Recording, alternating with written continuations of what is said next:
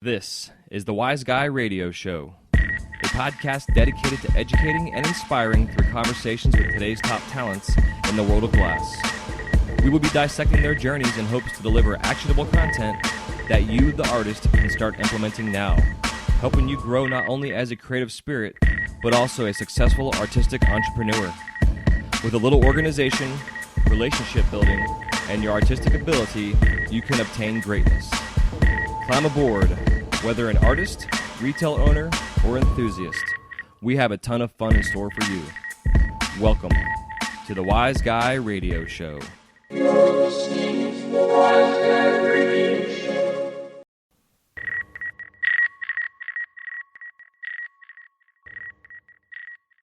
Hey, what's happening? Welcome to the Wise Guy Radio Show, episode number 169. This is your host, Jason Michael, and thank you so much for tuning in today. Today's guest is Nick Deviley of Glassroots Trade Show. We are discussing the up-and-coming trade show coming to us in Madison, Wisconsin, August 10th and 11th. You hear me mention them all the time as they are a sponsor on our show, and definitely like to keep in touch with these guys as they are one of my favorite people out there in terms of the trade show circuits.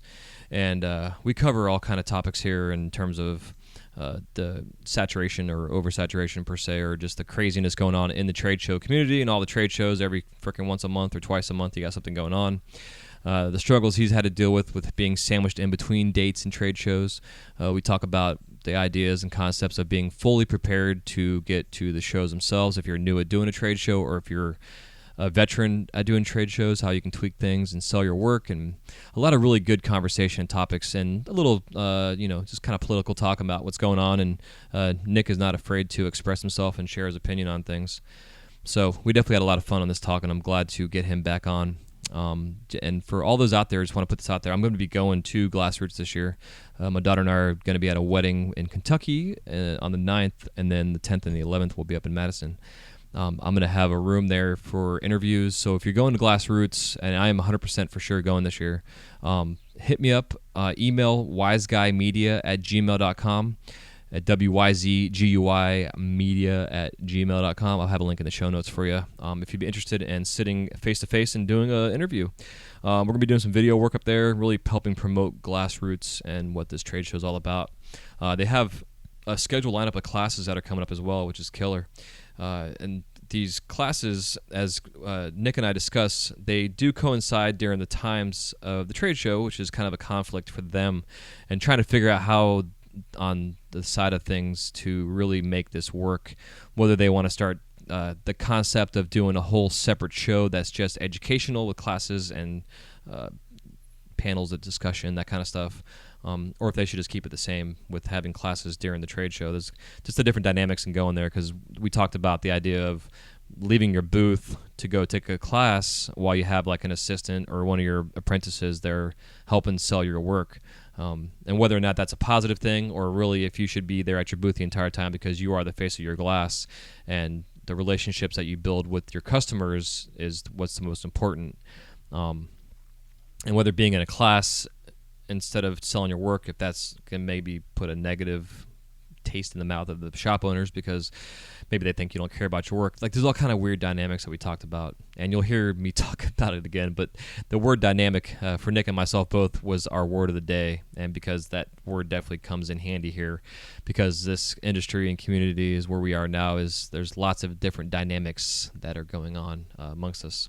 But just to cover real quick, the classes that they are offering, they're going to be 2-day classes, Monday from 10 a.m. to 5 p.m., Monday, October 9th, and then Tuesday, October 10th from 10 to 5 as well.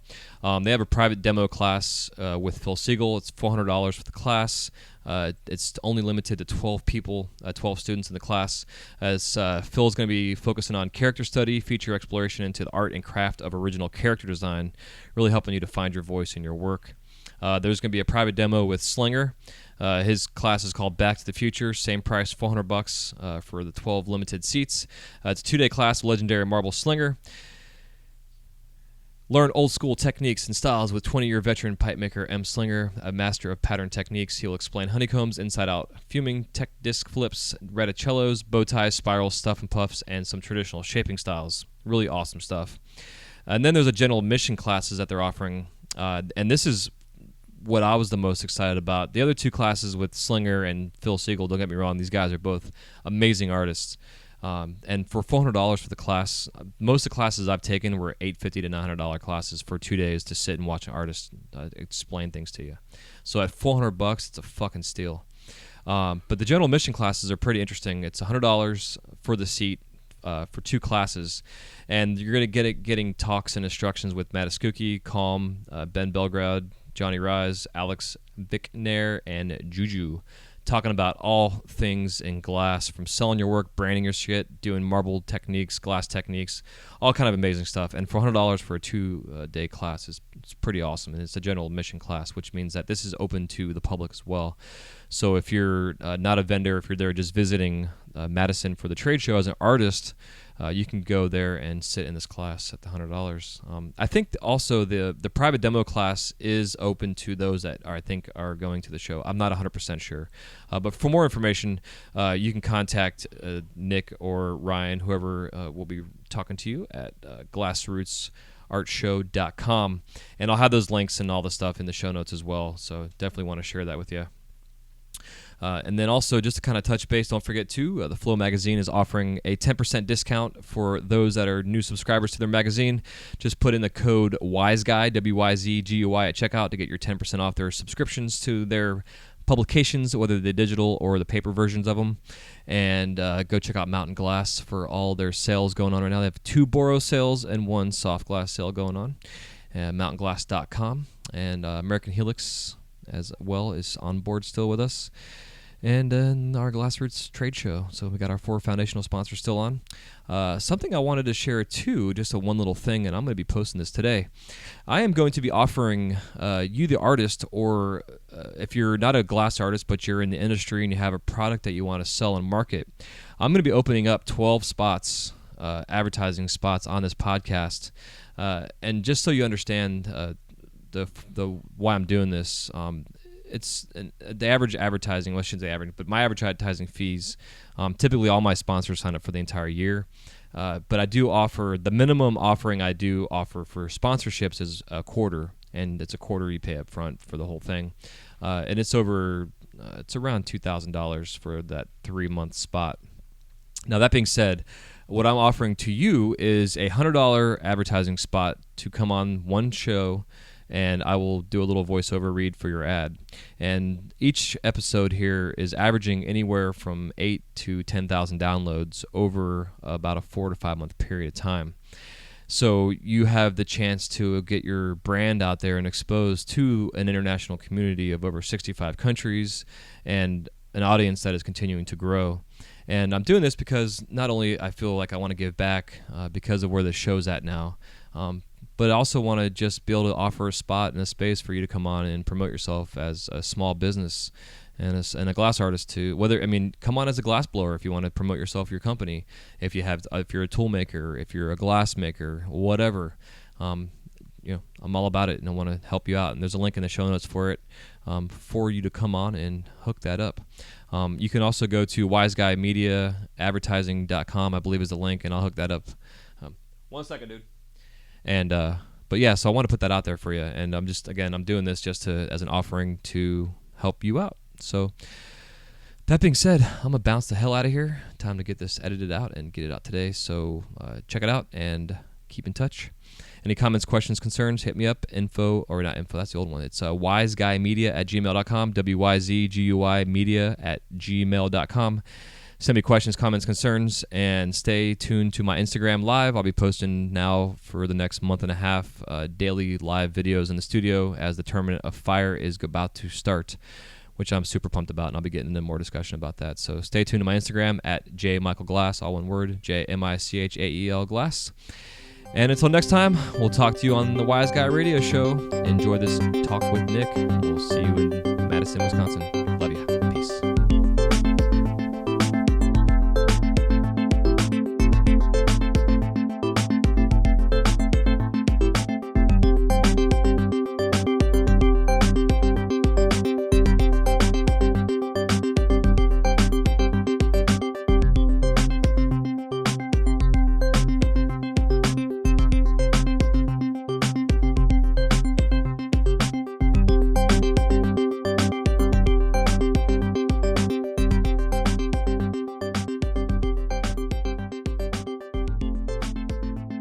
Hey, what's up, Nick? Welcome back to the show.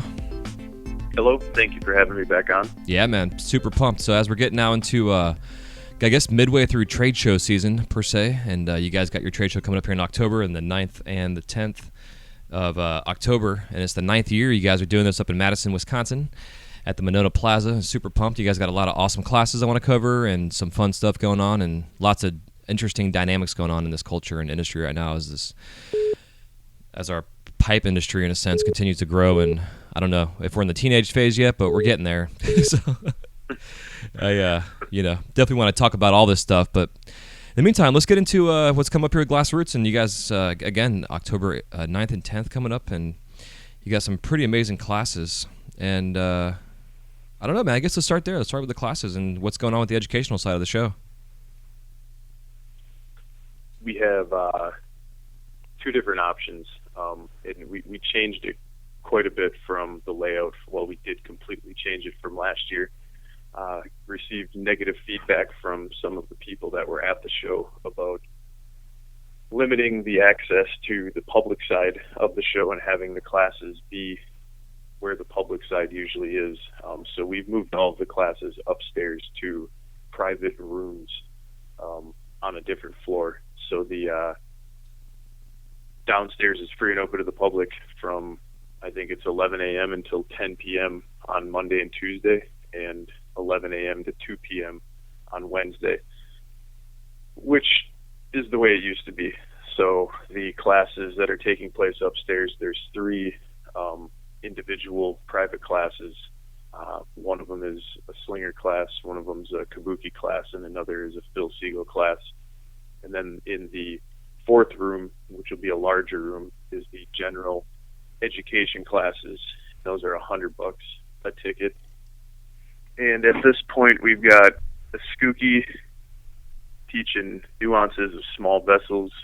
Ben Belgrid doing he's going to talk about building a brand and giving back. And Johnny Rise working the Boral color palette. He'll probably touch on all three different companies, maybe like 5 of each color. That's on Monday. Wow. And then on Tuesday, Calvin Mickle is teaching a 3-hour class. Alex Vicknair is going to do a class, and Juju is going to do a dot stack class. And that's all for $100. So everything I just named, you can, and that goes from 10 a.m. to 5 p.m. on Monday and Tuesday. Man, that's a hell of a deal. Oh my God. Yeah, that's a lot of damn knowledge you're getting passed over. I mean, yeah. Okay, continue. Well, it needs to happen. I mean, I know that there's Phil Chuck in Salem, and there are different conferences that take place, but I would say none of it specifically focuses on the ability for a broke pipe maker to be able to attend the classes. You know, yeah.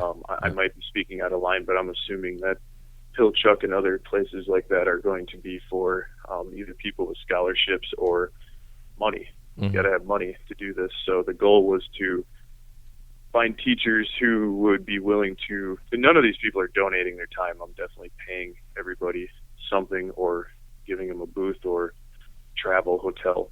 But to get that budget where the most we can make on this, we're selling 50 tickets at $100 is $5,000. Well, you can't. I'm losing money. Yeah. I guess the point is losing money is, the trade show makes a lot of money. So instead of doing contests like we did in the past where we give away $10,000, things like that, I'd rather give the money towards people who need it and want to learn, I guess, off of it. So it's sort of like putting on your own scholarship type of thing. And I hope people take advantage of it this year. The last 2 years they were not very well attended, and I don't know if it's because I don't charge enough, so people just don't find it desirable. It's a weird thing. When you put a lot of money on something, people find it more desirable. Yeah, dude. I know it's weird, isn't it? It is. The DFOs used to be like, I don't know what, $35 a day or $50 a day or something, and I've always been free and open to the public, and I don't have buck and banjo, but I've had an incredible amount of artists, and I mean their turnout is 5,000 times the size of what we're able to pull every year. And my wife has always said it's because I don't charge anything. Isn't that weird to think about? I know, it's so strange, isn't it? Yeah, it's just money dynamics. You know, there's a certain term, and I can't think of it right now, but it's like, you know, I could sell the best cup of coffee on earth and charge $5 for it, and you go to some place that's charging $16, and the coffee sucks, and people are going to buy the $16 cup of coffee because it's supposedly better because it's $16 fucking dollars. You know, it's just It's so weird. But yeah, I mean, I think what you're doing is good though, and you know, giving the artist not only a financially an affordable place to go and sell their work and promote themselves and market themselves, and be in this really chill environment on a badass lake in this amazing community with these offerings to educate themselves even further. I mean, you're covering color work, you're covering marketing yourself and branding yourself, you're covering all these topics. My only question is, with the times that these classes are taken, is it going to allow the artist to be able to sell their glass at their booth and take the classes at the same time, or are you trying to offer this? Nope. So yeah, so how does that work? Well, that's the big issue. So next year, I was going to, and I just don't have the balls to do it. Split the show into two and make it a 5 or 6 day thing, and I just don't have the energy. Well, dude, it'd be make sure that you shouldn't though. That'd be the expense for the artist alone. They couldn't afford to do it. But that is the only way my artists that are production workers or your bread and butter folks, these classes completely overlap the trade show. Right. So in order for these guys to be able to come out and do both, I would have to extend it a couple of days. So what I've been considering is just pairing it up with a different event, and I've got a couple things in mind, but completely taking the education aspect away from Glassroots, keeping Glassroots a trade show because that's what it's always been, and that's where all the money generated to pay for all these things comes from, and then, you know, doing an education thing not over the same dates in the future, I think would make the most sense, because I believe I could get this kind of lineup anytime. You know, some of these teachers come because it is during Glassroots, but some of them are coming just simply because the pay is good, or me and the person have a good relationship, or they just believe that this type of education needs to take place. Yeah. You know? Yep. So I'm not going to say the ideas I have of where I would like to team up, but, you know, I can see the education thing leaving Madison next year and just focusing on demos and a trade show, you know, for 2018. Yeah. But well, you can't, unless if you have someone work in your booth. Right, exactly. You can't do both. And that's what I was going to say. Really big bummer for a lot of people.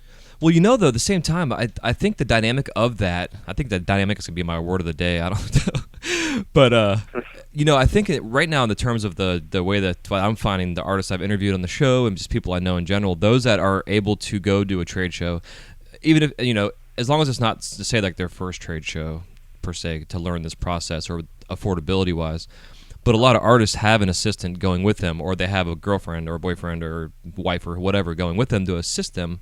And I think that this kind of concept is going to allow the artist to teach their assistant how to sell their work, how to promote their work. Let me touch on that though, real quick. That was one of the things that you wanted to speak on. And I thought, you know, I didn't know where we would talk about it, but advice for artists on how to approach a trade show. Yep. Nobody can sell your work better than you, right? Unless if you're just that terrible at it. And there are some artists that just have bad, you know, vocabulary, writing, whatever it is, you know, introvert, they don't want to do it. But for the most part, if you're going to succeed at any of these trade shows now, the shops, almost if you have a name, and then that's where you're talking about having assistants or, you know, girl, like, Calm's going to teach a class, and he's going to bring somebody out with him to sell his work, and it's because his work sells itself. Right, exactly, and that's kind of where I was going with it. Exactly, that exact thing right there. Well, but that's 15% of my trade show population. Right, exactly. You know, the other 85%, those proto dudes that are there. I mean, and that is the heartbeat of the industry. Still, that is where all of these shops, except for like maybe 30 of them, you know, make their money to be able to buy nicer high-end pieces. It all comes from proto, and a lot of these guys, when they step away from their booth, or if they have someone run their booth, or if they team up with somebody to run their booth, they fail. Like every single time. Every time. I can pretty much walk around my show floor now on setup day and just walk up to people and tell them, you know, if you do this, if you don't do this, if you guys are seriously going to put 3 different people's work in this 10 by 10 and have it laid out like this, you guys are all going to fucking, you know, be angry at me.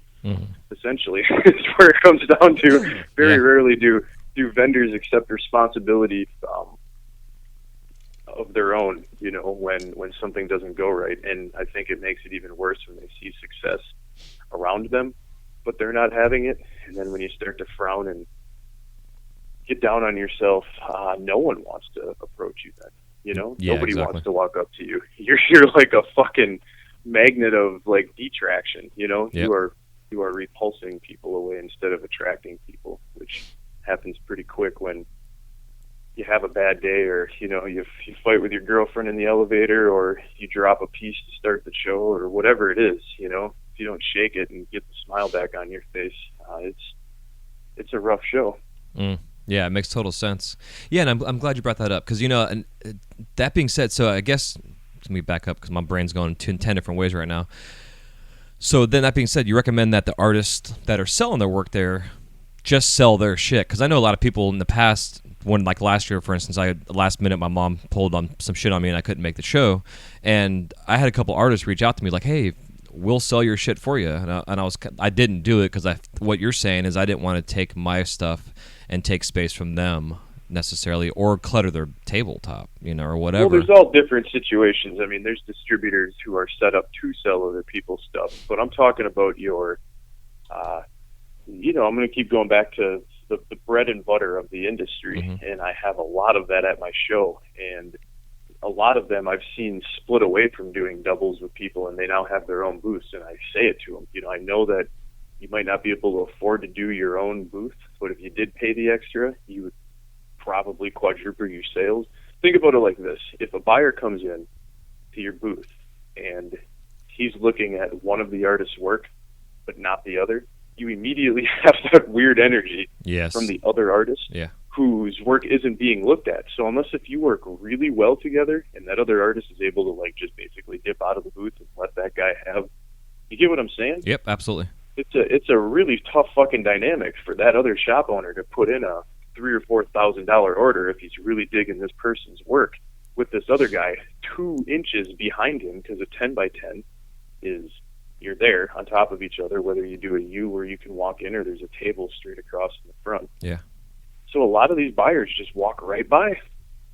They like one thing, they don't like the other, you know? I mean, it's you'd never see professional companies teaming up with other companies to sell their wares, right? Yeah, exactly. And you always have your own standalone booth. Right. So that's what I've been, but you know, I just discourage it. I don't keep it from happening. You can put 4 fucking people in your booth if you want to. I don't set the parameters on it. I just tell you that you're probably going to be unhappy at the end of it.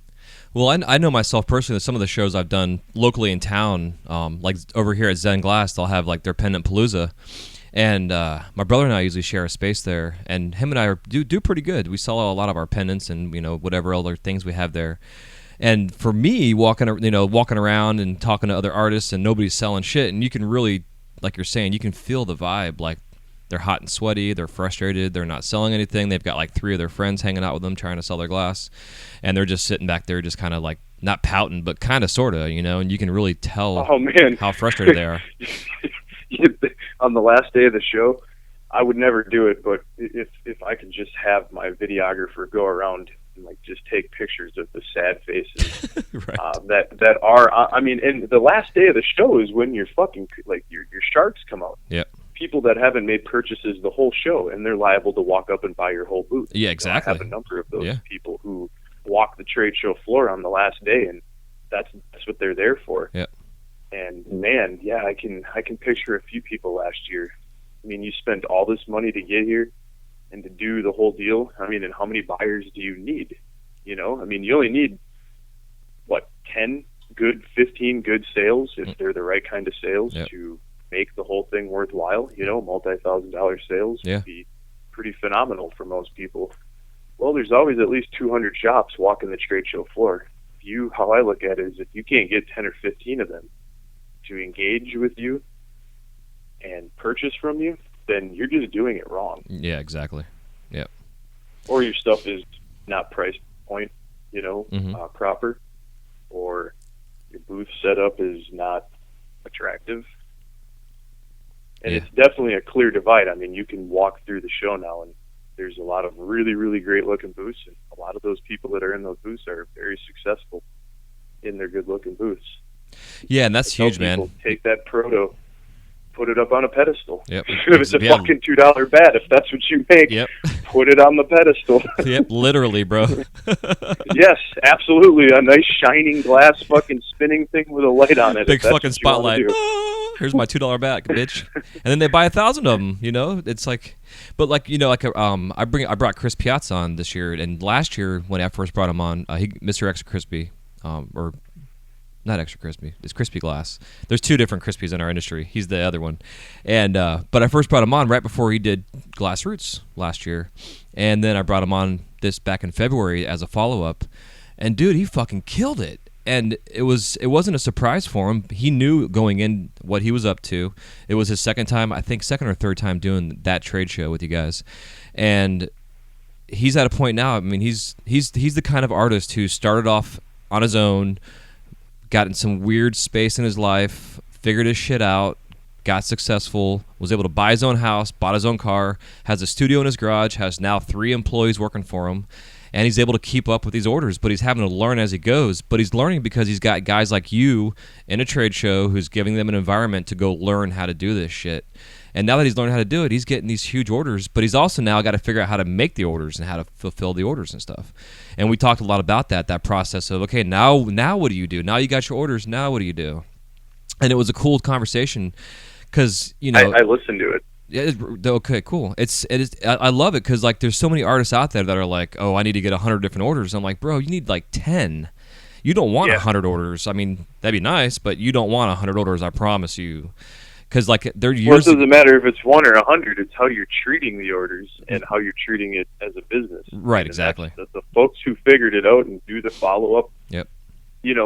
When they see the package was delivered, they do a courtesy call 3 days later, assuming they've opened the box to make sure that everything was to the standards. I mean, that if you have that kind of fucking business practice, you will get repeat, orders, customers. Yep, exactly.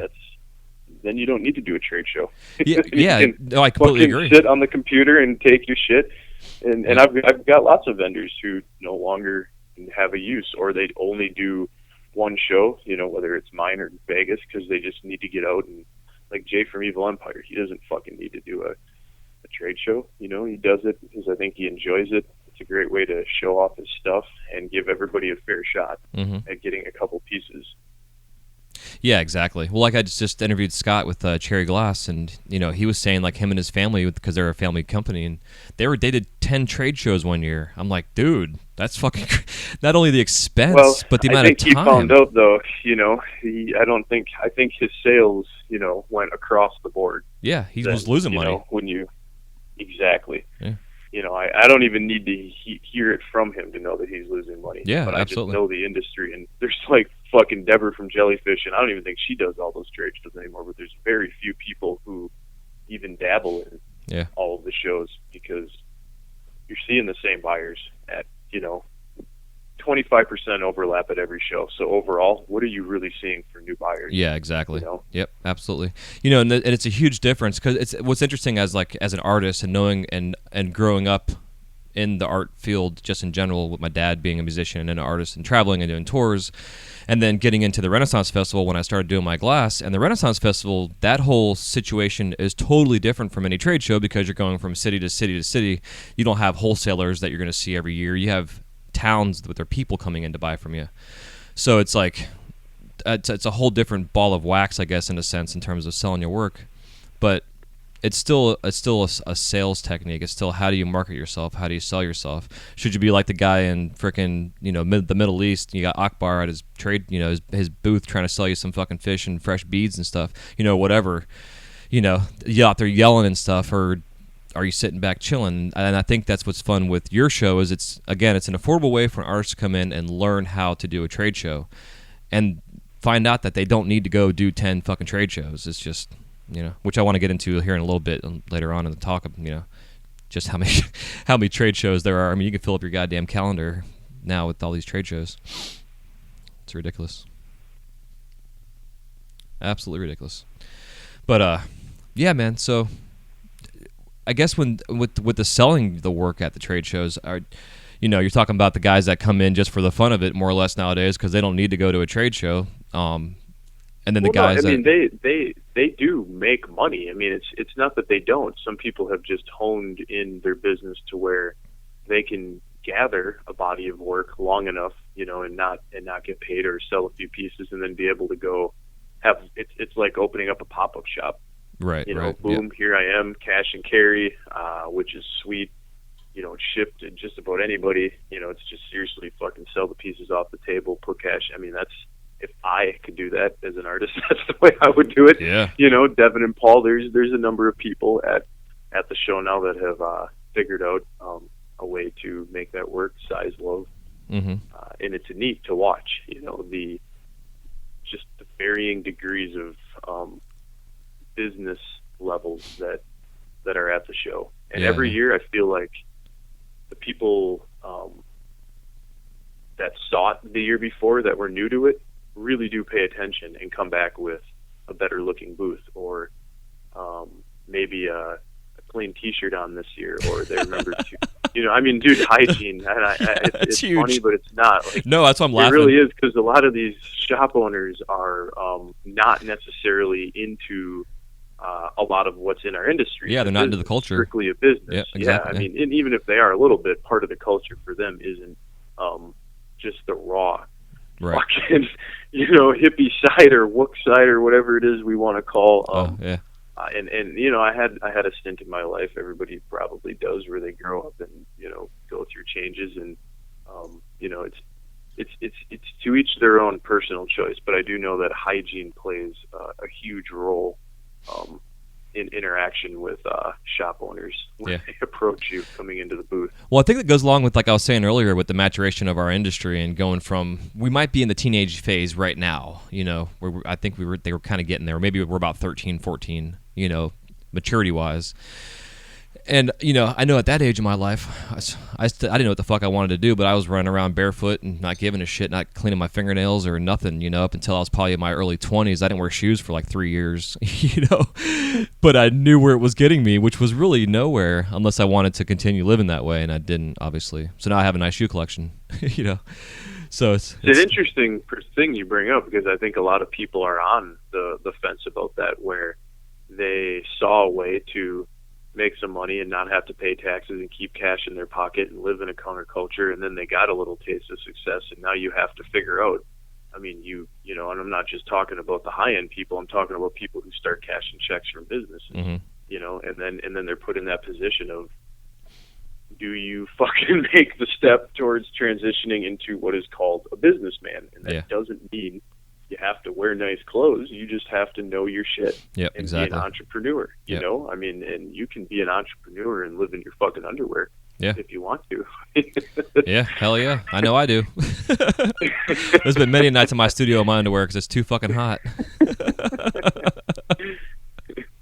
But then again, bro, that's what I think of what I love about what you guys do. I mean, you're really all about promoting and helping the artists come in and really find their voice, find out who they are, how, and if they don't have certain skill sets, again, you're offering these classes that's going to, in a sense, give, it's not that you're teaching them, but you are giving them advice and information that they can do what they want to do with. And if they're smart, they're going to take it to heart and really pay attention to it, because it's just, there's the way this industry is growing right now and the way the laws are changing, you have to kind of catch up to what's going on out there in this world to really still be relevant in 10 years from now, or you're going to be left behind in the dust. Maybe. Or you could still just keep making rapping rakes. Yeah. I mean, fuck, man. They're going to be around another, they'll always be around. I mean, people with good business sense that haven't changed their business model too much and are just riding through all the different waves and sticking with what they do. those are the people that I see still being around. You know, the independent artist is going to have recessions to deal with, you know, or maybe they have to go back and, I'm talking 5 years, 10 years, 20 years. I mean, a lot of these people we're talking about are in their 20s, early 30s. Right, you know, exactly. so, Yep. You know, better be either fucking investing into fiat or Bitcoin or something, or precious metals, or you better, you know, be ready to work, right? I Yep. mean, that's what you have to do. You know, there is no retirement in this country anymore, unless if you're blessed with a, what do they call it? Where the parents, what is it? Oh, it's like a trust fund? Yeah, all of that type of thing, and I Yeah. don't know that that's really a blessing, you know? No, I don't think it is at all. Otherwise, most of the kids I know that had something like that or inherited a bunch of money really were all on fucking hard drugs. Yeah, totally, dude. And now they're fucking broke. You know? Yeah, a few of them. Yeah, it's crazy. You know, and I'm glad you brought up the rap and rake stuff, because part of my concern and the frustration that I have dealt with personally, and I know a lot of artists, especially in Florida, and I don't know if Florida's got such a weird, it's such a weird community here, just Well, because. it sticks out like a red thumb in the country for a lot of things. A lot of the time when it comes to laws and, you know, rules. Yeah, and this ever-growing, I mean, this community's, like, over the last 5 years is huge, how many glass blowers alone are in Florida, much less now the collectors and the shops. And, you know, everybody's now... look at the shops, though. I mean, you have Daniel, who, you know, who is, what the hell, you got Griffle Jays and you got Marley's, but then, Heitman, who was doing huge things, you know, a few years ago. And when you have that explosion of shops, I mean, that just must, create a whole bunch of glass blowers, right? Yeah. Essentially, isn't that what happened? Yeah, somewhat. I don't. Wonderland. Wonderland. Yeah. You know, I honestly don't really know. I don't know if it was.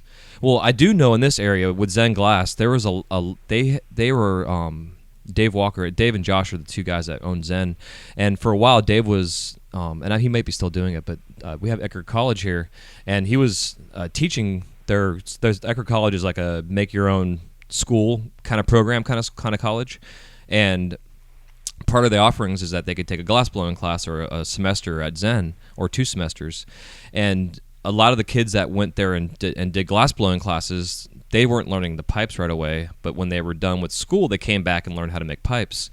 And there's a whole generation of Zen glass pipe makers in this state right now and throughout the country that have moved around or whatever. And I don't know if that was part of it. I'm not saying that they saturated Florida, but I don't know. I'm not really sure. It's sounds confusing. like what Jeff Baker did down in Austin, Texas. He just pumped out a tremendous amount of uneducated land workers that knew how to make a little bit of this and that. But, you know, it all comes from somewhere, right? Pockets of people willing to bring in large groups of people, put them on a torch for the first time, and usually it has to do with, I hate to say it like this, but sweatshop-minded ideas. You know, you need this thing done, and this is what you're going to learn how to do, and that's their experience with getting on a torch, is pulling those 5 colors and flaring out these 2 sizes and pretty much doing that over and over again. Yeah, exactly. Yeah. But, you know, where I was going with it was the frustration I've had to deal with is because there are so many trade shows nowadays, is a lot of these shops nowadays don't want to buy anything from the local artists. They just go strictly to the trade shows, and it's hard to establish relationships. Like, there's specific shops that I go to and sell to that still do the trade shows and still buy my work, so it's whatever. But there's a lot of shows that are like small mom and pops that are like, yeah, we're not buying right now because we're saving up to go to blah, you know, whatever trade show they're heading towards, or they just got back from this trade show. But remember, a lot of those places, if they're going to a Champs or a big, I'll bet the budget they're talking about is vaporizers, grinders, rolling papers. I mean, seriously, you know. Yeah, I agree on that end. Absolutely. It's the truth. You know, I would say 1 out of 10 is truly glass eccentric in shops, and there's nothing wrong with it. I'm just saying that. Yeah. The budget that most of these people are talking about, and they get terms with a lot of those companies. You know, so if they go and put 25% down and get the show deal, then they don't have to pay the rest for 30 days. And a lot of glass blowers come in and they're not leaving without getting paid that day. Right? You know what I'm saying? And that's tough for a lot of people that are doing small business scale shit. You know, there's a lot of things that, and you got to remember locally, a lot of shops get put in the position where if that glass blower goes and sells to 3 other people in the area, what the fuck is the point? You're better off going and finding that thing that is made somewhere else that none of your other competitors are carrying. Yeah, man, and So there's always absolutely 2 sides to it. Yeah, and I did a whole show on selling to a distributor, because that was part of an issue I ran into. Was like, one of my distributors, they did a national tour in a sense, selling all their shit, and one little community up in North Florida in Jacksonville, that whole area became saturated with my work, and there were 2 specific shops that were far enough from each other where I just sold to those 2 shops, and they stopped buying my work because everybody in the fucking town now has my stuff there. And it's like, well, fuck. Now I'm losing money because my distributor I used to have sold all my shit. It's just, it's Put like, it do this I? way, any good business relationship that I've ever had with a shop, I'm not saying back in the day that I didn't sell to 2 different places in the same town, but when I did the gun case thing and drove around and selling in Minnesota, Iowa, not necessarily in Colorado, but definitely the whole Texas area, between Dallas, San Antonio, Houston, Austin, I really did just pick a store. So when I went to Houston, I sold to the BC, and when I went to Austin, it was the gas pipe until the new BC opened up. And those, you're far more likely to get a huge reorder and to do better business when they know that you're leaving their town after you sell to that one person. So it was always Steve at Secrets in Chicago and Kelly at the Connection in Iowa.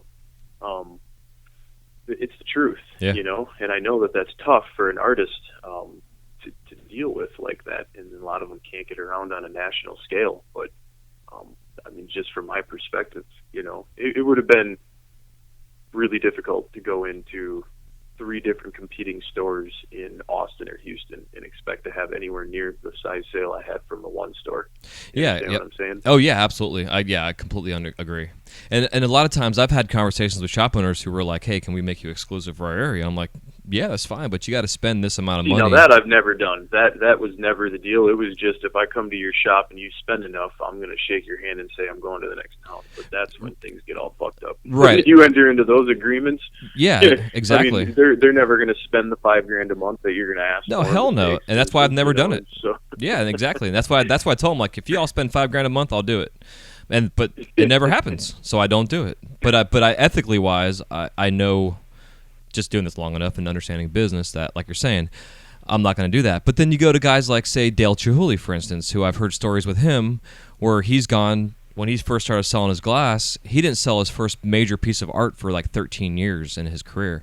And then he put his glass in this museum or gallery space, whatever it was, for one of his first shows, and he didn't sell shit for like the first 2 weeks. And he went back in this gallery and added zeros to all the price tags and then sold everything that month. And then he would go across the street to the place that was like the gallery across the street from them, and they would be like, "Hey, we see you're selling across the street." And he's like, "Well, either you want my shit or you don't. They just sold everything. I'm going to sell to them too. You can have my stuff if you want it." And they're wanting like no compete contracts. And he's like, "Fuck you. I'm going to sell to you and you and you. And you guys will all buy my shit. And hopefully you guys will all sell my stuff." And really that doesn't ever happen. Like, I don't know any artists that can go to 4 different galleries that are on the same block and sell all your shit to them, and they're all going to be happy and want to sell your work, Oh, they might not be happy, but there's definitely it's happening. Yeah, it totally is. I'm not gonna do the name drop, but goddamn, there's 5 of them. That, and all of that is going to come back. Yeah, I completely agree. In a very negative manner. Yeah. Like I said, a lot of these folks that we're talking about are late 20s, early 30s. Yep. So where is it at when you're 40 or when you're 45 or 50? Yeah. Yeah, man, and like we were saying, it's the entitlement kind of concept that a lot of the young generation has. And I'm not discriminating or saying anything about anybody in a culture-wise or a whole group of people, but there are a vast group of people in our industry that have ego and have this whole mentality that I deserve to have this. Why don't I have this? You have this, I should have this too. And the entitlement thing is what I think is really going to knock a lot of people out of the industry potentially. Yeah, I mean, dude, you're making things with your own hands and getting recognition on a grand scale. It's got to be a tremendously great feeling, Mm-hmm. Very much like what athletics is, except on your own terms, and you get to fucking do what you want with no coach telling you anything, Yeah. So I mean, it's got to be an incredible feeling. Yeah. to be able to travel anywhere you want to go and work with whoever you want to work with, and put whatever price you want on your pieces. I mean, it's pretty fucking nuts. Yeah, it's interesting. I don't know if if it is even ego as much as it is just, it must be crazy for a lot of these people that 5 years ago didn't know that it was even going to happen to them, or maybe they had hoped, or you know what I'm saying? Yeah. We all think we know how we would behave or want to react, or put off, I guess, in those situations. But when you start going to shows and leaving with $100,000 in your pocket, that's yours, free and clear. Who knows how you're gonna fucking behave or react after doing that for a couple of years. I'm just, I guess, playing the devil's advocate. Yeah, no, well, I completely understand what you're saying, though, for sure. Yeah, so I guess. But yes. Yeah. So do you think thing is a fucking crazy thing to deal with right now in this industry? Yeah, and you don't really think then that, in a sense, that the trade show circuits per se are hurting the local artists for the smoke shops?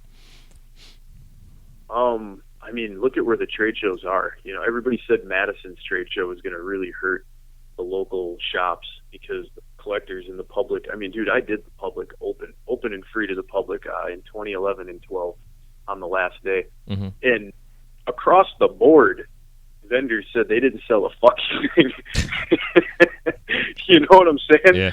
So on that end of things, no. And every economy is different. Are you in a college town? Are you in a summer tourist town? Are you in a town with 500 other lamp workers like Austin, Texas, or Portland, Oregon? Or are you in Las Vegas where there's multiple trade shows? But, and now I guess there is quite a glass blowing scene there. Mm-hmm. I'm going to bet there probably wasn't 10 years ago, but it's just, what are the laws? Where are you in terms of demographic is really what it comes down to. But no, I don't think that the trade shows overall have a negative impact. I think it depends on how you behave as a shop owner towards lamp workers too. Mm-hmm. There's a lot of shops who are known to just be not great to deal with in terms of individuals going in. They're more set up to deal with companies to put their orders in through. Yeah, it's true. I have a lot of shops I've gone through over the years that are like, yeah, we just go through catalogs. We just buy from catalogs. And I'm like, well, then you don't really know what you're getting, and you don't know where it's made. Why don't you buy it from me instead? I made it. And they're like, yeah. Well, if you go to like what Cornerstone's catalog used to be, or a Jellyfish or a Chameleon catalog or Dynamite, look at it. It's fucking incredible. Yeah. So if you price point wise can't even move $100 spoon, why would you get what I'm saying? Yeah, it really goes back to the ease in your time, and are you training employees to do your ordering for you, or are you actually taking the time to go to shows and shake people's hands and make relationships with people? Yeah, I guess it's, with shop owners wise, it's that difference between the shop owner who's going to prefer just to buy China shit because they can make a bigger profit on it, compared to buying from the local artist who's making the China killers, and they can make the same profit on the local artist, but they just refuse to see that. They don't see that perspective. They just see the dollar signs coming out, coming in a sense. Because I go to it's still, we've passed ordinances in this county that I live in years and years ago, and every gas station on the goddamn corner now is still selling pipes. And the most of it are all India China crap. There are some local gas stations that do buy from local glass blowers, which I think is killer. I mean, you can walk in there and tell that's not something from China. It's kind of interesting. That's a new one. Yeah, that is. Yeah, that's great. Yeah, I actually had a gas station, a Chevron here years ago. My old distributor sold to, and this guy refused to buy import glass. He was all about wanting to be the one gas station in the area that sold local American glass, which was awesome. And people went there and bought his stuff because of it. It's a whole different concept. And I guess that's what it is. It's all about the mentality and the mindset of the shop owner, the glass artist. There's so many weird dynamics that are all involved in this whole thing. There's something for everybody, I guess, when it comes down to it. It's just, where do we want to go with our glass? I don't get it sometimes, and sometimes I do. Oh. You still there, dude? Did I lose you? Oh, yeah. Yep. No, okay. I'm here. Okay. Yep. Cool.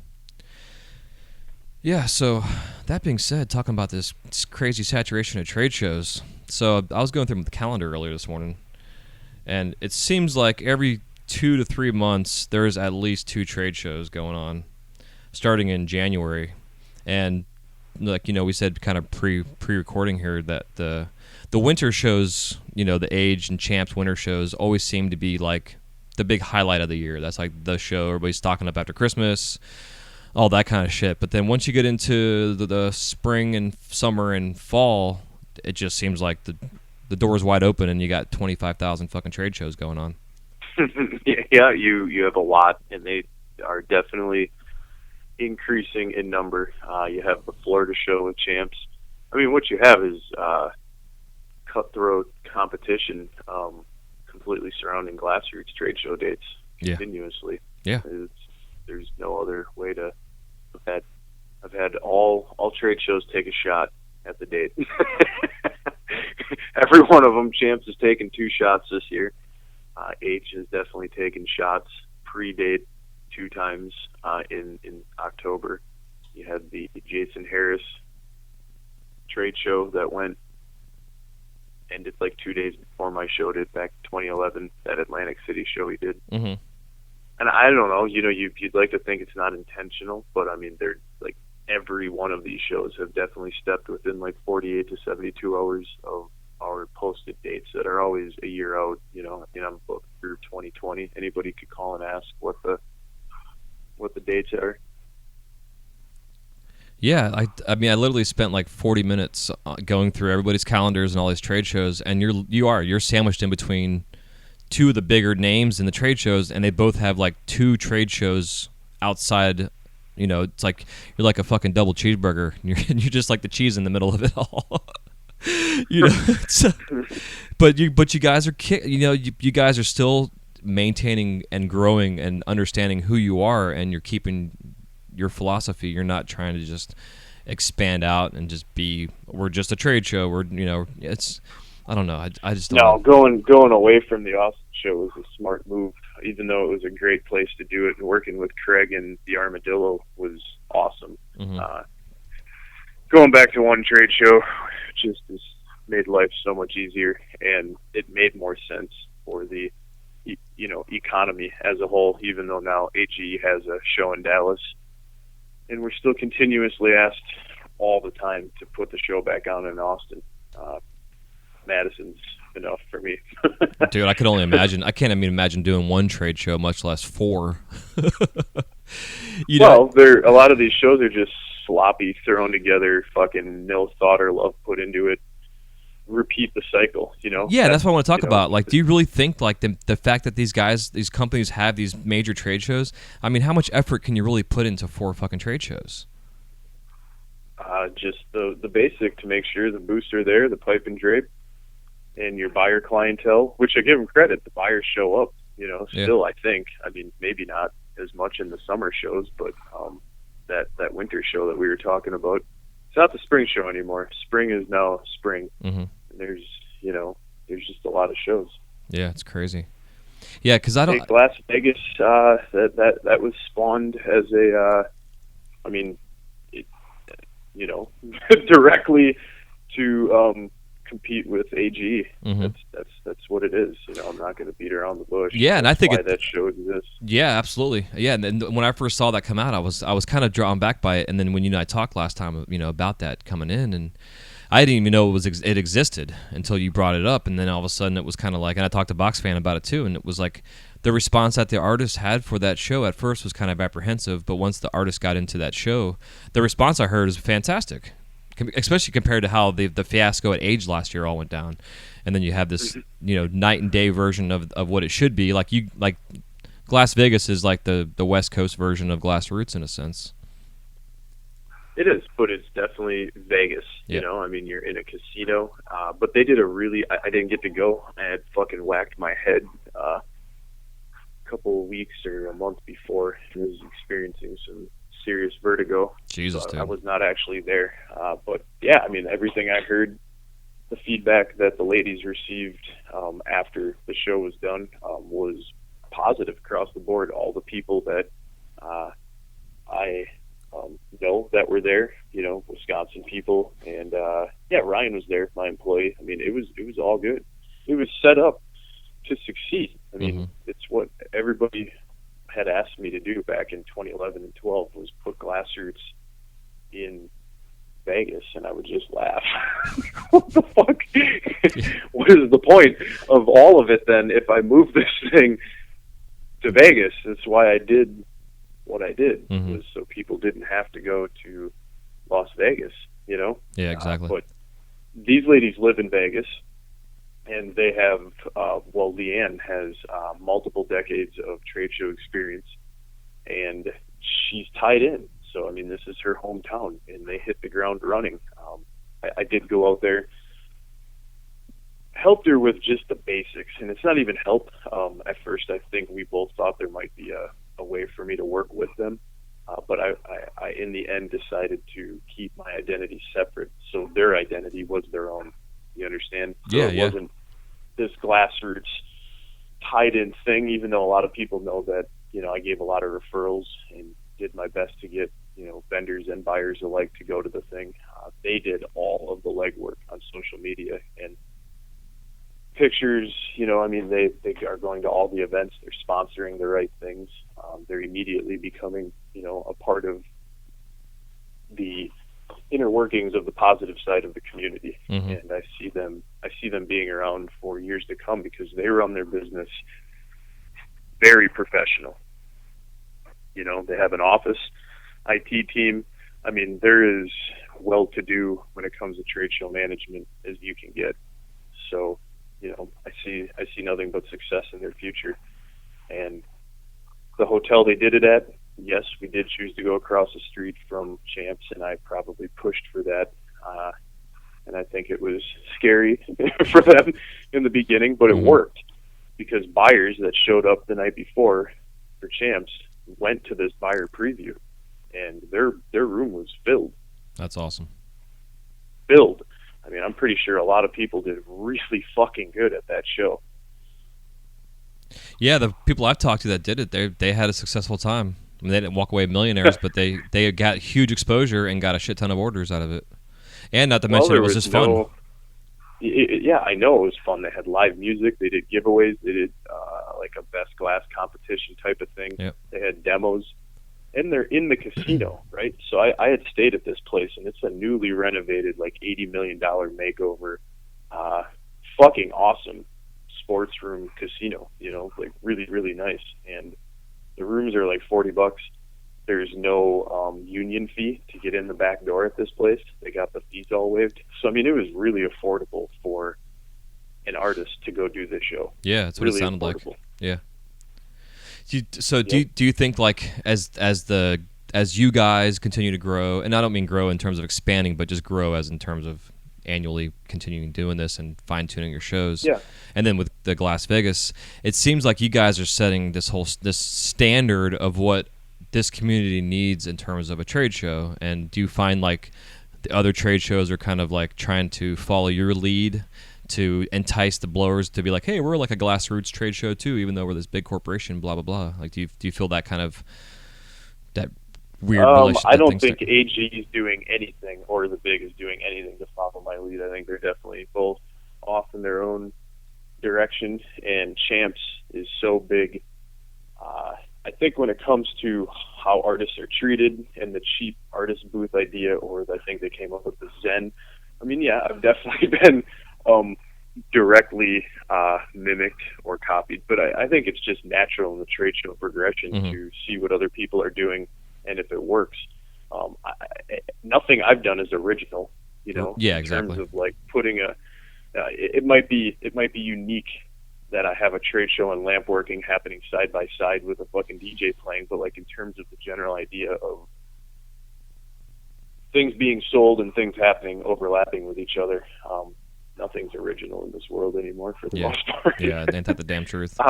I'm dancing around your question because, I mean, it's, you know, in some ways, it's not necessarily the show being bit as much as just the fucking very drastic date choices that these companies choose to lay over my show. And so that tells me that if you can't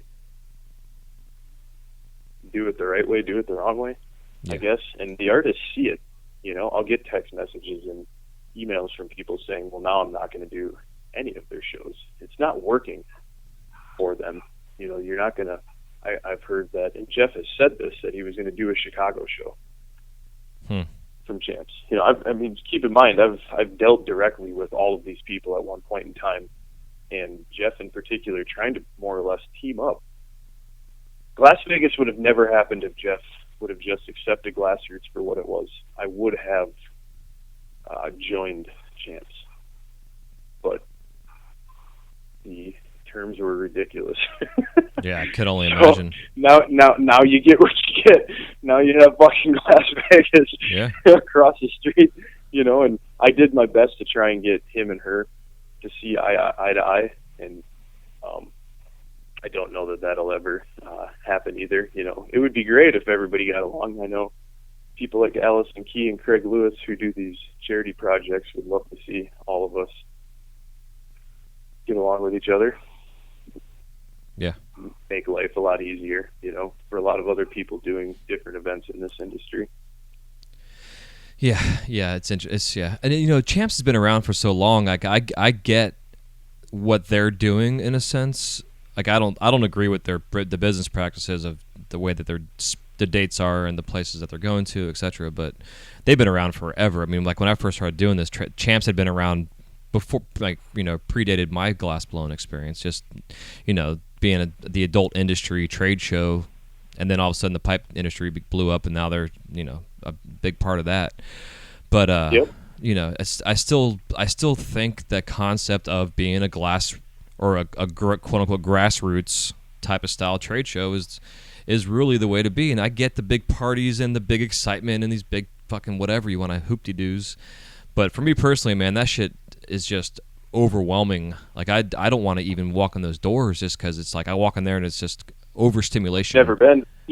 Yeah, I mean neither. And any of the parties, I've never been to a fucking an after party at any of these other. Yeah, and I don't see myself ever going to it. Like I'll go to Las Vegas only because of the way that you're talking about it being done and the feedback that I've heard the way it's being done. And going to Vegas in general, for me, just the energy of that place. I've never been, but it gives me anxiety just thinking about it. The whole lamp working thing inside, yeah, it does. If you get anxiety in large spaces, I definitely experienced anxiety at the Champs trade show the first time I went and did it. I set up with Simon Abrams, Chesterfield Glass Art. Mm-hmm.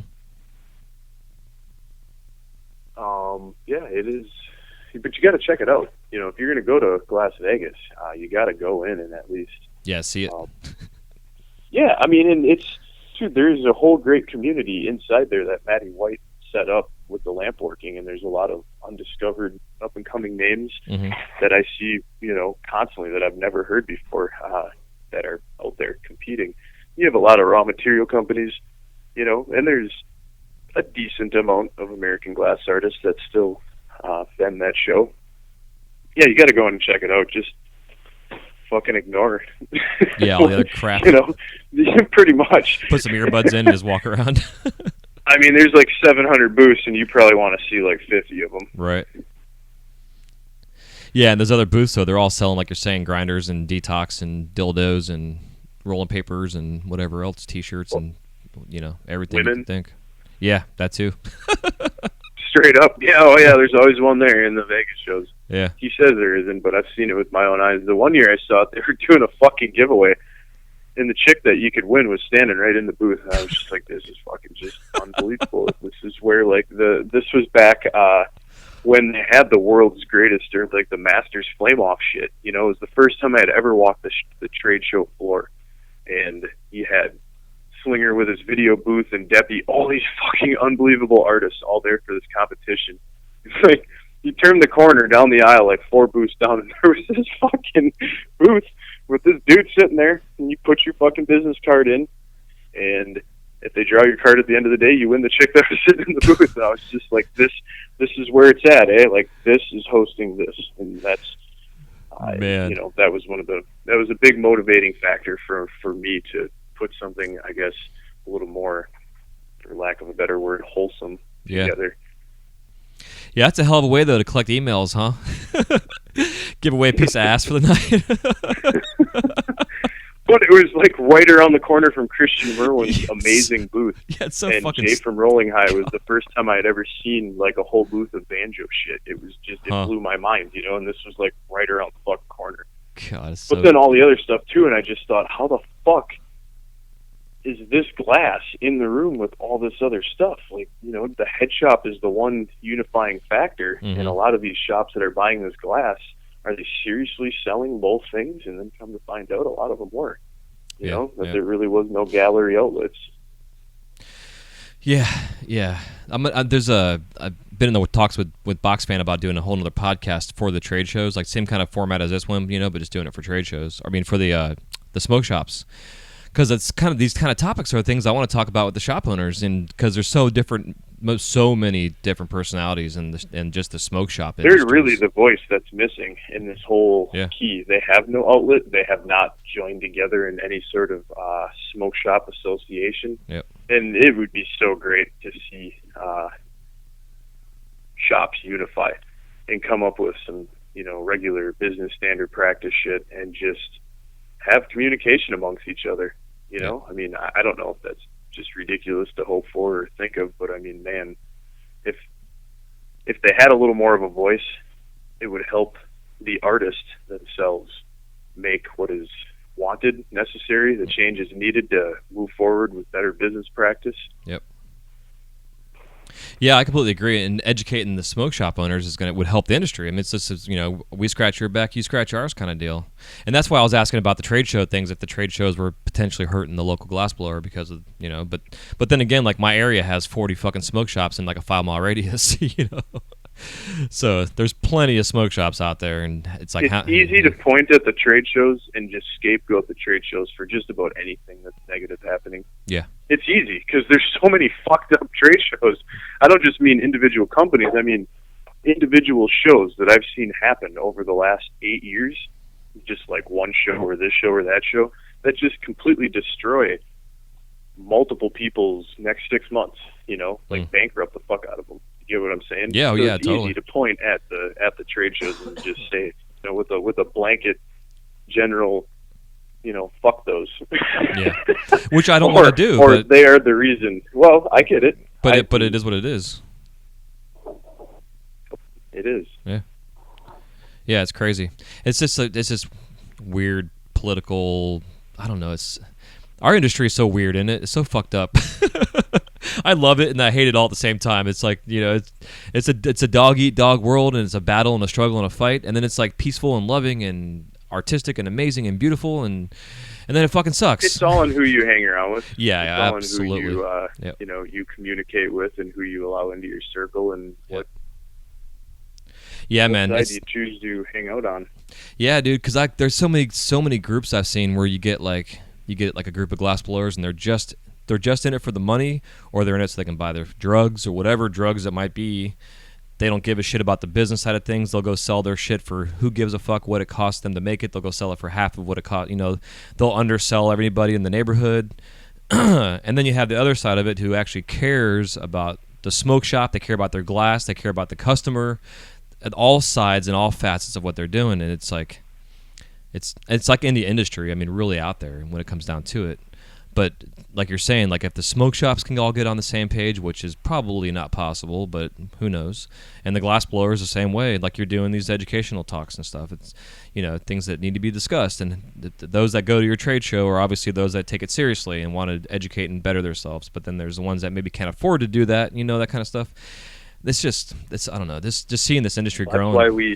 That's why we take trade for booths. You know, and people that have figured it out. Some people can only afford to do my show because we take their glass trade for the booth. And with the classes, you can do the Kabuki class, which is a 2-day demo class. He's the only one on the torch. There are no torch spots for students. So the teacher is the only one that's on the torch at any of this stuff. You've got the Kabuki class teaching general marble information for $400, and there's 12 seats available. You've got the Bill Siegel class for $400, and there's 12 seats available. And then you've got the Slinger class, who's teaching old school tricks and tips. And he named off 10 old school tips and he's going to cover in 2 to 3 hours, or no, 2 days. So each trick will be like 1 to 2 hours.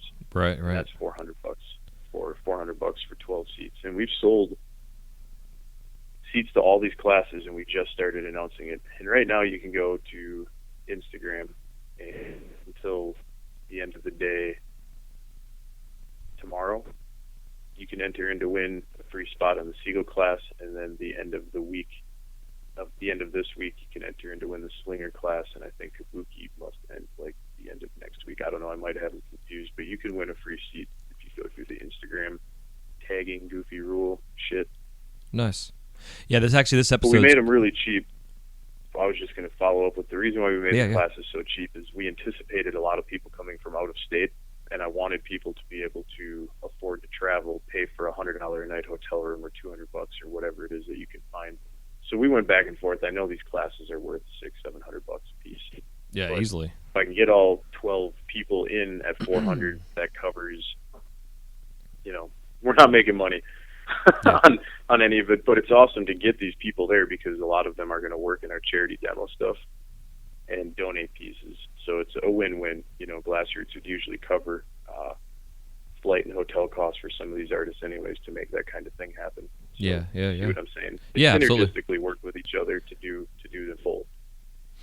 Yeah, and again, dude, that's why you guys have a successful business model because of how you think about. You're not just doing this for the profit. And don't get me wrong, you're a business. You're all about making the profit. I get it. But you're also all about... Yeah, well, the trade show makes the money. The right. trade show makes all of the money. We make some money on kilns. We don't charge admission into anything. Bong Ripper the last night, free show. The Bag of Bong show that J.D. Mapleston will show on our opening night reception is free. I mean, I try and do everything for free. Mm-hmm. Yeah, which is amazing. And it's a rarity in this community.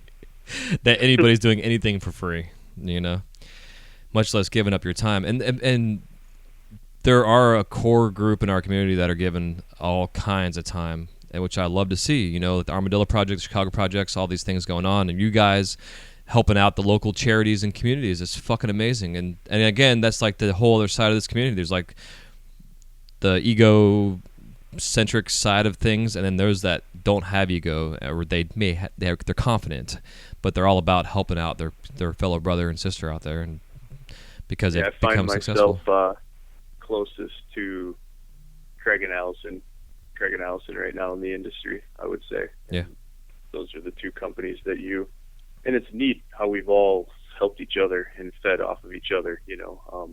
I've definitely done my best to support both of those events, but they both were at my charity event helping me last year. Mm-hmm. Allison ran the whole silent auction thing on the last night, and Craig does all the lamp working for the last 7 years at the event.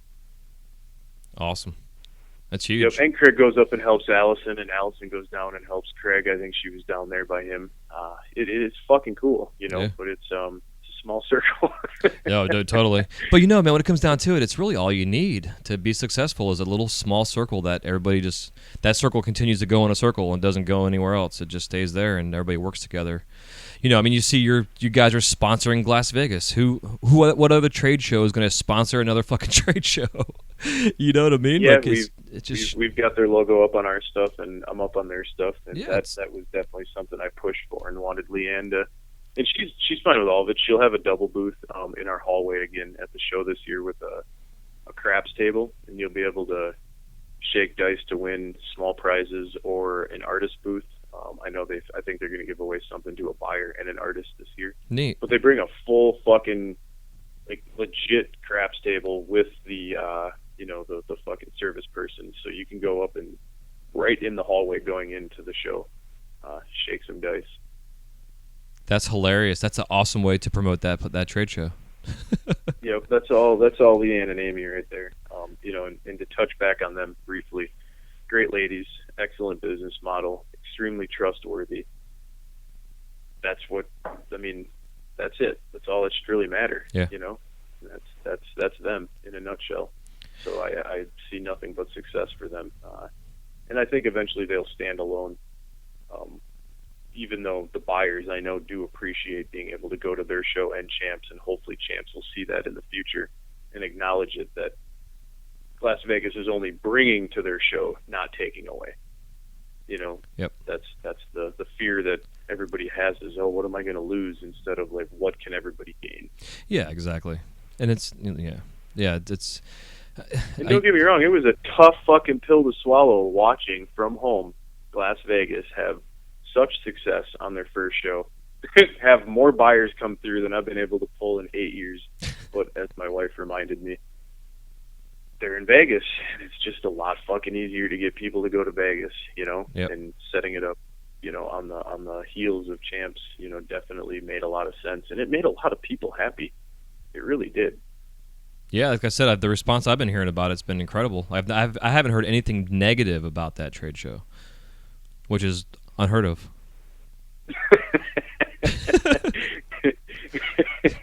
Yep. Well, give it another year. Right. They'll find something wrong with it. You're fucking A. But yeah, I mean, that's so I just wanted to make sure I got that back in there, that yeah, you know, it's something that I do support and do continue to send people to, and anytime I can make introductions for artists that are curious, I always send them over and give the little quick hello, here's, you know, Leanne or Amy type of thing. Yeah, you know, I wonder too with the Vegas thing if it works so well for them because Vegas has their packages, you know, like the hotel, flight packages, and all that kind of stuff, compared to. It works. You know, yeah, not Madison. only that, you can get $99 flights, you can get cheap fuck, but fuck the packages. Yeah. These owners, a lot of them like to gamble. Yeah, it's true. Okay? Yeah. I mean, just flat out, they like to gamble. Yeah. They get to go to Vegas and leave their family and their wife and their kids at home, and they're going to fucking Vegas for a business trip, right? Mhm. And I'm not saying everybody doesn't treat it that way, you know, but you do have, you know, a lot of gamblers, I'm sure, or people that just want to go to the fucking strip joint. Yep. Or whatever it is, you know, eat good food. So it's a split, you know. I mean, you see the trade shows pretty fucking empty, you know, before the shows are done. You know, a couple hours before, it's usually just dinner and get the fuck out. Mm-hmm. Yeah, everybody's energy gets refocused into other things, extracurricular activities. Yeah, and I mean, the city's open, you know, 24 hours. Yeah, yeah. Which makes it substantially different than doing it in any city other than Las Vegas. Oh, yeah. Hey, Nick, give me 1 second real quick, bro. Hold on 1 second. Yo, dude. Yeah. But, yeah, man, and I think, too, what I like about the fact that you guys are in Madison is it's like, sure, there's a lot of cool places to go eat and drink and stuff, but there's not that dangling carrot of gambling and strip clubs and stuff out there to go and potentially blow all your money that you just made, you know? No, you're in a real town, downtown, with, I mean, you know, it's not a neighborhood you're in, but you can walk a half mile up the water and you're in the Willie Street neighborhood. So you're a mile from a co-op, you're within the square mile away from the water. I'm going to guess there's like 300 places to eat. You know, the campus is right up State Street. It's unbelievable. Mm-hmm. I mean, people that don't know what they're getting into, and they get there for the first time, and they're willing to go explore and walk around, they're usually pretty fucking impressed. It's a fun town to spend a couple days in, especially if you like to drink and eat. If you're not into booze, then there's plenty of other shit for you to find to do, you know? Yeah, Definitely a forward-thinking city. Yeah, I'm looking forward, man. This year, I'm definitely there. I got my time off work already, so I'm looking forward to getting up and exploring the town and just going out back and seeing that lake. You know, just like everything I've heard about the place is just incredible. Not to mention the building that it's in. You know. Yep, Frank Lloyd Wright building, and it is on. Like they had to, you know, fill in, I don't know how much water with sand to put the first pillars down, but I mean where you're standing on the trade show floor, there's water underneath you. No shit. You never know it. Huh. Yeah, so it goes way underneath the building. That's how Frank had it designed in his head. Yep. Wild. And how old is that building? Do you know? 20 years. 21 years old. Okay. They just had their 20-year anniversary, I think, this past week. Neat. Huh. Yeah, I can't wait to see it, bro. I'm excited. Not to mention just get the fuck out of Florida and get into it's a little bit cooler weather. Man, it's been 95 here every day with 10,000% humidity for the last month and a half. So I'm looking forward to it. For sure. There's something What other else. things you got on that list that you'd like to speak about? Yeah, so I was trying to look at here.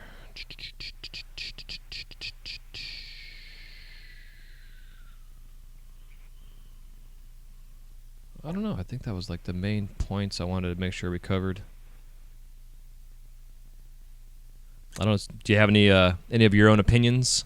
Oh, I know what it was. Talking about like, I guess we kind of covered it a little bit, but it was the first time glassblower coming in. To kind of not to go over all the details on how to run a trade show or successfully sell your work, but when you're coming in as a new guy or gal coming in to sell your work, do you recommend that they come in, the cash and carry concept and have samples? Like, should you have like a nice variety of stuff where you have your samples that you can get orders on and then your cash and carry stuff? Or do you think coming in at first you should kind of ease in with a little bit of product so you're not getting overwhelmed from orders? Like, I would definitely, if this is if you're going to do a trade show and it's your first time you've ever done a trade show, I hope that you've looked up Bruce Baker, you've looked at YouTube videos, you've went to other trade shows, you've looked at pictures of what trade show booths look like on Instagram and Facebook, and you've set your booth up in your own garage or basement. If you're in a 10 by 10, a yellow piece of tape or whatever the fuck you got, mark out your 10 by 10 and set your booth up, and you should be able to do it pretty much, like clockwork.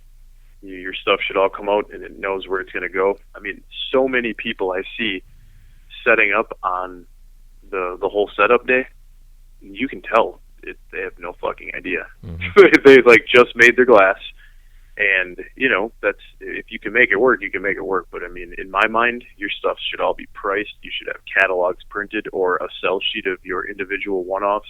Make it as easy on the buyer as humanly possible, because they're overwhelmed as it is. They're looking at shit in all directions, and you just need to keep their attention for 10 minutes, right? 5 minutes, 10 minutes. So if you can just hand them something that says, this is everything I have, this is who I am, then maybe they'll keep and go home with it too. If you don't make the sale right there at the point of purchase, or however you want to say it. Yeah.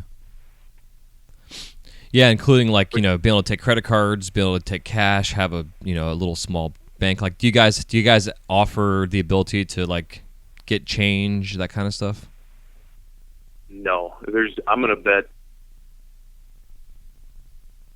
very little cash is spent on any production at the show. Okay. I'm gonna say that the cash is spent on the high end, the one-offs, and then if you're buying out somebody's booth, or you make, some people come in with wads of cash, but most people are coming in with checks, or credit card, and a lot of people are placing orders. More and more so, I'm seeing Midwest shop owners or people that are just intelligent enough to bring a big van on the last day, just walking out with bins and tubs of shit on Wednesday. And you just wait, and find the sad faces or the people with a lot of stuff left on their table and cut them checks, and I'm not saying that that's the greatest profit margin, but to answer your question about bringing stuff in, if you don't know that you're capable of either driving home and making sales on the way home, or you haven't done the show before to prove that you can do inventory off your table beyond, just regular, because most people that are going to purchase from you at the show are still going to expect you to mail it. So why bring it with you? Yeah. You get what I'm saying? Yep. If you got to fucking go to the FedEx or the post office to mail the box within 24 to 48 hours, well, you just cause you should just have it at home. So if you can't get the people to leave with it, you're just making more work for yourself. Right, exactly. Unless if you plan that day out in the hotel and you're like, okay, I'm going to spend this day doing these things to get the stuff out in Madison before I leave. Do you think then something like that per se, putting together a package, like a $500 package or $1,000 package, and this is the kind of pipes you get? Best thing you can do. Best thing you can do. If you've got a catalog that is multifaceted, if they're into your work, you want to be able to just look them in the eyes and say, I have a $500 package that I can give to your store, and if they have 5 stores, they're going to ask for 5 packages. Exactly, and that's how I've always sold myself. And then each of their store managers, they're going to open it up and see what sells and doesn't sell if they have a good system, and it's going to get put into their POS, and then they're going to figure out what sold and didn't sell. But this is all banking on shops being able to reorder properly. Yep. Yeah, exactly. And that's what I do myself. Like when I go to a new store or get new customers through social media or whatever, I have like a $300 introductory package. And it's not a lot of money, but it's a cheap package for a shop to get a little bit of my glass, and then they, like you're saying, they can figure out what's going to sell best, what the customer response is going to be from it, because there's so many different variables that have come in besides you just selling your work on all ends of the spectrum, from the customer to the shop owners to the customer's friends that are just going to smoke the shit, and they may come back and want to buy it, or there's all kind of things. So I'm glad we covered this, because it's easy to get overwhelmed, and it's also easy to do this in a simplified format to where you're not stressing yourself out and you're having a good time. So important. Because like I was saying before with Chris, like he goes there and he gets like huge orders that they were not expecting to get, and then he has to figure out how the fuck they're going to get them all made. And then going through that process of making the orders, then he learns how to properly schedule his time and how to make priorities on certain shops. Who ordered first? Who ordered last? Like, do you recommend, like, for instance, I've always questioned whether you should get a deposit on an order, or should you just trust the fact that this shop owner is going to remember who you are, that they wrote this order down. I mean, in a perfect world, you should get a deposit in our industry, because there is so much fucked up, and that's where, like, if you belong to said thing and you were approved or accredited or whatever it is, then these shops would be, they would be able to move comfortably forward, giving you a deposit. Yep. Get what I'm saying? Oh, but yeah. There is no check and balance. So who the fuck wants to give this new person their credit card info or 50% down when they have no idea if they're going to go home and really send this out or not? Yeah, so exactly. That's why getting your foot in the door and showing that you can do good business is people will spend more money to do good business with people for the most part. Yeah. I believe that to be true. Yeah. Yeah, 100%. Yeah. Cool. Well, I'm glad we covered that, man, for sure. Because I think the idea, like, it's like, again, just to have a spreadsheet out that has all your shit you're making, put together some packages, some introductory packages of samples and whatever, whether it's like some oneies and pennants and spoons and et cetera, just really fine tune and figure out what the fuck it is you're doing. Because and a lot of like other shows, art shows and stuff, they require that you send a picture of your booth, of all your photographs of the stuff you're going to sell, etc., because they don't want some amateur just going to come in there and be a sore thumb that's going to be in the middle of the of their trade show, because that's all it takes, man. I decided to take the route of you got to teach somehow, right? And the only way for some of these folks to get better is to get in the room with other people. And I'm not even saying I could have filled a trade show room with that type of juried selection, but how do people get better if they, you don't give them an opportunity to get in a room around their peers? That's sort of how I look at it. And I got to say something real quick about something I don't think is done nearly enough. Business cards are great. Handing catalogs out are great, all that kind of shit. But if you know that your chillum or your spoon or whatever, I'm not saying you can hand out a bunch of fucking rigs, but the best thing that you can hand a shop owner that you want to do business with is the item you want them to purchase. So if they don't do an order with you, but you've got a box full of these spoons that are your bread and butter, give them a spoon or two. Let them go home, show their employees or whoever their buyer is or whatever the deal is. Get what I'm saying? Oh, yeah, I do. Put the product in their hands. And Absolutely. I never see it. I mean, maybe I'm missing it, but I just don't ever hear about it. That would be my number one business ploy or tactic. Yeah, I can completely put agree. The shit in people's hands. Yep. Yeah, I did a whole episode on selling to like new territories. Like if you've never been somewhere before, or you moved, and that's one of the best things you can do is go introduce yourself. Don't I always say go to the smoke shops first, do some recon, figure out what they're selling shit for, do some math in your head to figure out potentially what the wholesale numbers are. Don't let them know you're a glass blower. Go incognito, and then come back with a catalog sheet or some samples that you can just give to, whether it's the employee, if it's an employee worker and the shop owner's not there, give them 2 samples so they can give one of the samples, hopefully give the other sample to the shop owner. Whether it's a pendant or a spoon or whatever, it makes a huge difference for them to physically have your glass in their hand, and they're going to remember you. Well, they might start using it. Yeah, exactly. Yeah. I'm saying to give it to them at the trade shows. Well, yeah. I'm just saying, just in terms of like what you're saying about, instead of giving them a business card, because everybody hands out business cards, and I know how many times I've gone to art shows and grabbed business cards, and then I'm going through my pocket like, what's all this shit in my pocket? And next thing I know, I'm throwing them away. But if you have a piece of, you just got 500 of them. That is correct. Yeah, but if you have a piece of glass, you're not gonna. You're like, oh shit, I had this pipe from this, and then even like have your name sandblasted on it, and or like a website or your Instagram tag, like at whatever on. It's so easy nowadays just to go to have things like that done. It's not a problem. I mean, I understand there's a cost to it, but I look at the trade shows and that doing art shows as you're paying to go someplace to advertise yourself. You're putting yourself out in the forefront. You're getting your face exposed. You're shaking hands, kissing babies, building relationships, and you're basically paying an advertising fee to go and have a little small infomercial for yourself. Billy Mays here. Fucking, we're buying. Blah blah blah. Here's all my shit. Sell your shit. But you're going there so people see your face. They recognize who you are with your glass. They put a name with your glass, and then hand them a sample. And again, if you can sandblast your Instagram name on there or a tag or whatever. But another thing too, man, I've seen, which I love with technology, is there's business cards nowadays that are like a small little flash drive or a little mini disc that you can stick in your laptop, and next thing you know, you can upload the person's entire catalog off their business card. Yep, they definitely exist. Shit's cool. They're expensive, but if you do the math and it's like 6 in one hand, half a dozen in the other, it's like, okay, how are we gonna go about doing this? So it's interesting, and for a rookie coming into a trade show, it can be scary and overwhelming and confusing, and then fun, hopefully, all at the same time. That's why I recommend just attending a couple first. Yeah. Really get the feel and the vibe and the understanding, and make sure you set your booth up before you come to a trade show. Yeah. Absolutely.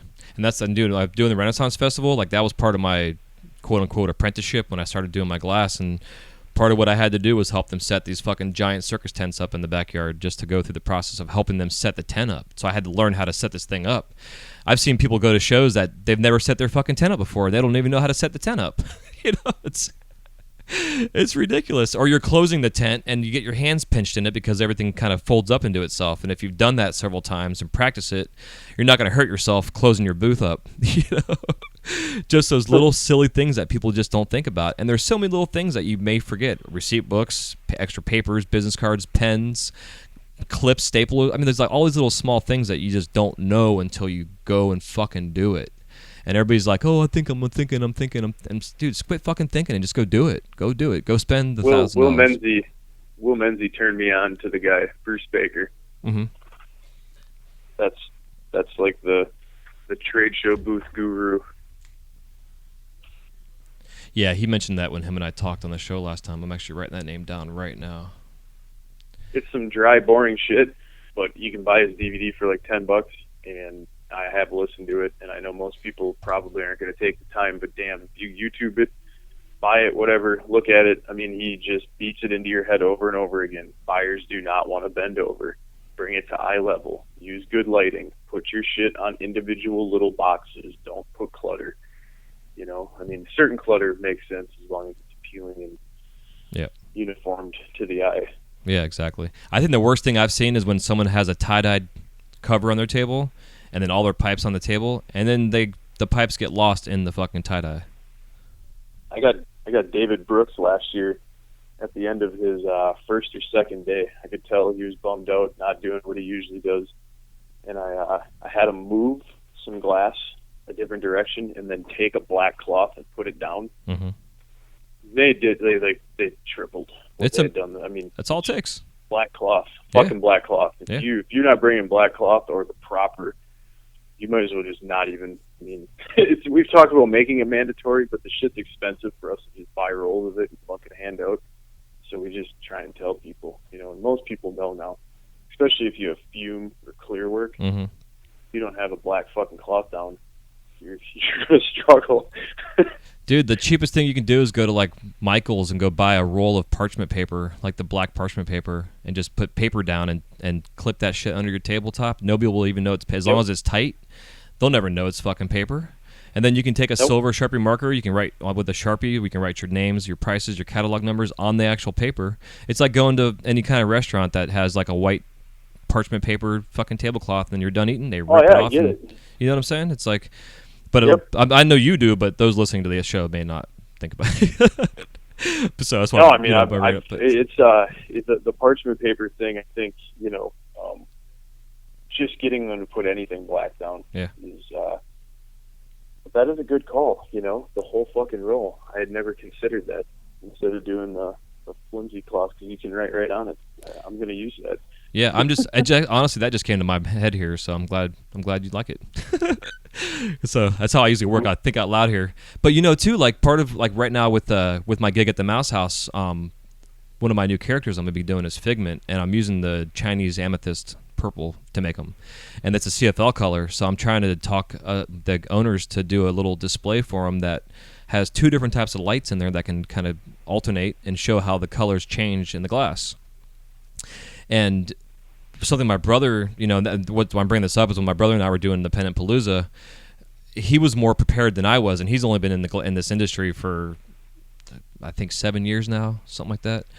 But the way he thinks I get influence from him because of how he does things. And he had a fucking blacklight flashlight, and it was right when the UV colors were getting hyped up. And he's like, people are walking by his pennants and they're loving his work, and he's like, hey, check this shit out. And he like hits it with a black light, and everybody's like, I want 5 of those. And it's like you got to be prepared with that kind of stuff. Have a little box with batteries and backup blacklight flashlights that you can have. I mean, fuck, if anything, go to Amazon and buy 50 of them and put your name on those things and give those away. You know what I mean? Like just something little simple things, or just the whole with the CFL colors, because it's like some environments the light is all the same, so you can't see that this is actually a real CFL. So you need to figure out potentially what type of lighting the place is going to have, so you can bring the opposite spectrum, so then you can make your piece change colors based on the CFLs. It's just little things like that just make such a big difference in terms of selling your work. It's huge. We can't all have Vanna White standing there selling our shit for us. As much as that'd be nice. I mean, shit, dude, I like that idea with the business card and the hooker in the backstage thing. I mean, shit. I would never do that, but that shit still cracks me up. The fuck? Oh, man, it's so crazy. It's like, come win a free cruise. And next thing you know, you got HIV. It's just silly. So I'm going off here on a tangent. But yeah, so it's just things to think about. There's all kind of ways you can go about doing the trade shows. And again, you guys are killing it, helping out this community and influencing other trade shows. And whether or not these big boys out there are going to keep fighting and trying to, quote unquote, put you guys out of business, I don't see you all going anywhere anytime soon, man. So keep it up, brother. Thank you. I will. Yeah, one more thing I wanted to ask you real quick, too, before I forget, was I know you're doing the panel, quote unquote, panel group discussion, with the different people coming in. Have you thought about doing like a panel of like discussion panel with like a lineup on a stage and having an audience to be able to ask questions about certain things? Like bringing in like a lawyer talking about laws and stuff, and different areas of that, accounting, business, that kind of stuff too. Besides just focusing on the glass stuff. Yep. Think about it. I mean, that's kind of what we did with the 2 or the 3 conversation classes last year. Germ did one, but his was focused mainly on the cranes. Tito did one that was focused on Operation Pipe Dreams, but people got to ask questions, and there was a bunch of different neat interviews done during that. And then Carmen Lozar did one. It was more of a Q&A, but she definitely spoke to people about how to pursue your vision as an artist. But we talk about it all the time, and it's really just the thing that always falls short because of time, energy, and when to do it, what the appropriate time to do it is. But I have put on successful panels in the past, with large groups of people. Just didn't do it again this year. Yeah. Me and Phil Siegel talked a lot about it, doing it, and having him kabuki. And I was going to ask Carmen to speak about collectors, and we had a few topics we were going to talk about, but once again, just got put to the back burner. Yeah, and I can see, like you're saying before, we talked about with the classes, how they're at the same time as the trade shows, so it's just the nuance of trying to figure out how to balance that. Maybe just do, like you're saying, do a whole separate event that's strictly just an informative event and not a trade show where you're selling your stuff. Because you could do it with that same event. You can link it with the trade show, but it's okay. This is how you successfully set up a booth, or how, quote unquote successfully. Everybody's different, but kind of teaching that. Maybe bring Bruce Baker in as one of the talks, type of thing. But do a whole separate event just as a side niche kind of gimmick. I think it would work. It's just figuring out when to do it, because every other trade show out there is always going on. It's like, God. And then where do you put it? Do you keep it in Madison? Do you go to Vegas with it? Do you go, come to Florida with that kind of thing? Like, it's like, okay, where do you go with that? So it's, yeah, you guys have your hands full, and you only have one trade show. So, Yep. Keep it up. Absolutely, man. Well, anything else, brother, you want to say before we get off the air? No, I thank you for the opportunity to give a plug about the trade show and discuss current happenings. Hell yeah. If you want to repeat one more time, too, the giveaways you guys are doing for the classes. The Phil Siegel class giveaway ends, and it's really easy. All you have to do is just tag a friend in Glassroots, copy it on your Instagram page. The Phil Siegel one ends tomorrow, and I think it might be Kabuki actually that ends next, and I think that's Friday. And then I don't know, they end like 3 days apart. Each of them runs for a week that you have time to tag someone in, but it's a chance to win a free spot. And each of them, you can enter into all three of them as well, of the class giveaways. Hell yeah. Yeah, and I'll have that link in the show notes, and I'll also repost it on my Instagram too to help promote that as well for you guys. All right. Be killer. Yeah, man. Well, hang on. Just we'll say our goodbyes off the air real quick. So. Sure. Thank you, Jason. Yeah, man, for sure. So thanks again, everybody, for tuning in, and those that are going to Glassroots, I will see you there. We're going to be talking about setting up some interviews and stuff, so I'll be talking about that a little bit further as we get closer to October. But definitely think about what you're doing before you go sign up for trade shows, because it isn't just going and setting up your stuff and selling your glass. There's a lot of little nuances that are involved. Get yourself organized, make lists, and check them twice like fucking Santa Claus, because if you don't, you're going to go there and be really frustrated and end up blaming the trade show for your lack of success, when it really it's all about you, and that's what it comes down to. So be smart and be prepared. And until next time, we will talk to you on the next episode of the Wise Guy Radio Show. Y'all take it easy. Peace.